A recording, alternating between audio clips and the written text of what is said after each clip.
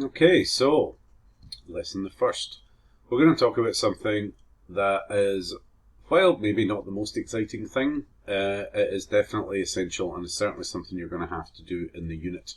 And that is image adjustments. Now, I don't mean, cutting the cat's head off, giving it two heads, putting a rider on the back, anything like that.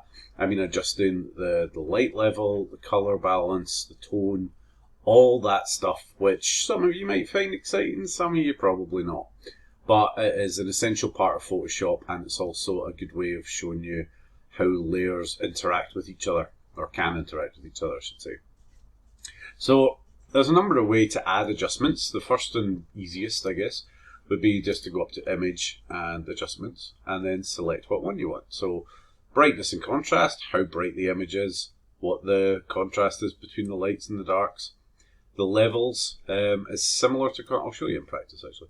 So brightness brightens the image, so all the way up, all the way down, and contrast changes how dark the darks are compared to how light the lights are. So you put the contrast all the way up, you get a very, very stark image. You put it all the way down, and it's a bit more greyed out. Right. You've also got levels. Now, levels and curves are pretty similar. You'll notice all these four are kind of grouped to the top. That's because they're all really to do with the kind of light levels.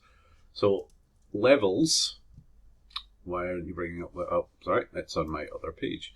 This is what levels looks like, right? So here it shows you the kind of levels of the dark going up to the highlight. And by moving that, you can adjust how bright the highlights are. So you can tell it to basically reach a threshold at earlier, if you know what I mean. So that's going from dark to light. If you move that slider, you're basically telling it to get lighter earlier or to get darker later, is probably the easiest way of describing it. For the most part, this stuff that you download will have nice balanced levels, but you might find they don't. And what you'll often find with images you download is that the balance ends about here. And what you ideally want to do is move the light part to the end of wherever this graph ends, or the dark part up, and that's really how you balance it. You'll also notice, so I'll close it down, but there's auto levels which are alright. Curves is pretty similar. That keeps opening the other page, that's very annoying. Curves is very similar, but they show you exactly the same graph. Forgive me, I cannot remember what the name of this graph is, but that does have a name. You get a bit more control over it, right? You're not really going to have to worry about any of this stuff just now. But you'll see if I move this down, it's essentially the same as moving the shadows up. So the shadows are now getting lighter at a slower rate and at a faster rate because you're working on that curve. If you're used to working with curves, this might make a bit more sense. To be honest, you don't really need to know. But generally, the sharper the incline, the more extreme the result's going to be. So if I move that all the way down, it's going to be very gradual dark going up to light. And then if I move that light up here, you get pretty extreme results. Again, you're probably not going to deal with this too much. And the last one is exposure. So if there's any photographers here, then you should know what that does. It's basically exposure when you take a picture is how much light is allowed into the lens of the camera before the shutter shuts, rather allowed onto the film. So the more exposure, the brighter it's going to be, totally whited out. The less exposure, the darker it's going to be. There's no right or wrong way of using these. As such, you can use them in combination with each other or independently to basically kind of achieve almost the same results. But you get those options there.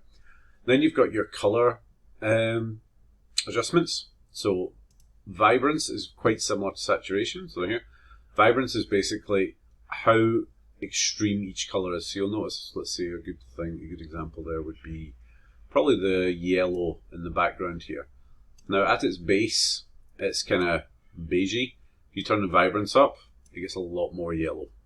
And saturation is kind of similar. So if I turn the saturation up, you'll see it really saturates the scene with every colour that's there is kind of getting turned up to 11. Go away.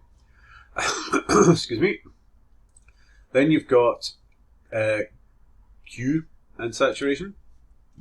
Oh, that's not even there, was it? There we go. Boom.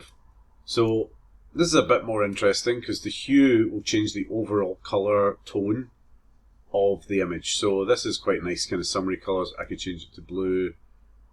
That's maybe a bit mad, but you can make the tone die down quite a lot by changing the colour. You can get a nice pink cat or a blue cat, green or whatever. That's going to adjust. And what that's basically going to do is on the colour range, it's going to shift everything towards whatever colour you set it at. So everything's going to get more of whatever colour is added to it. It tends to work better with images that have not a lot of colour variation, but it's worth playing around with. You can get some quite cool effects, especially if you want something funky. Saturation is exactly the same as before, and lightness is the same as light and dark. Oopsie. I was looking at the time. Good. Sorry if this is a bit dull, just going through a list, but colour balance is, again, you've got your, we'll talk about this in class, the colours, but you've got your RGB or CMYK if you're printing. And that's basically to do with, at the moment, everything is balanced to whatever the image was when it was taken, you know. But if you adjust that, you can say, I want more red in the scene. I want more cyan and magenta or whatever in the scene, or green. And what it's going to do is, rather than changing the hue, it's basically adding more of this colour. So you can see your balance. And if you move them all up together, there's no change at all because it just balances out completely. So that's what they are. And again, you can decide whether it's going to affect shadows, midtones, or highlights. So shadows being the darkest bits, highlights being the lightest bits, and midtones being everything in between. Oopsie. And then we've got, I'll probably just dingy these ones just now. Color lookup is literally look up a color if you know the code for it. Channel mixer, well, I'm going to talk about channels just now. And then you get down to sort of slightly more interesting things here. So invert, you can have an extreme nuclear cat, which I quite like inverted images. But they get a bit more artistic here. And there are reasons you would do it, other than just it's fun.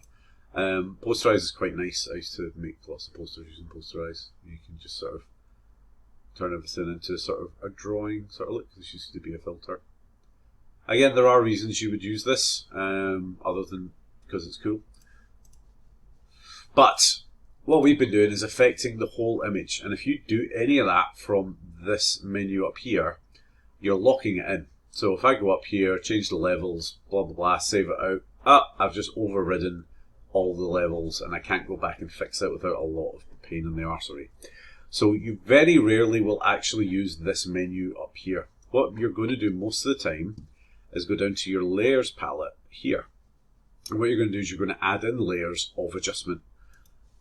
So if I go down here, you've got this wee kind of half shaded circle. Click on that and it gives you basically everything we just looked at there. So let's pick, I don't know, hue, right? So I'm going to pick hue saturation. And then you'll see it adds a layer above. That's the adjustment. And this is what's called a mask, right? We'll get to masks pretty soon because they're very useful. But what you can do here is exactly the same, but you can go and just adjust the hue, saturation, whatever you want to do. But you can always just turn it off again. So I could go in and add a whole bunch of these. Let's pick, I don't know, curves. And adjust the curves. There you go. Beautiful. And it's going to be affecting the background layer underneath. But I can still go back, turn off the hue saturation if I want, turn off the curves.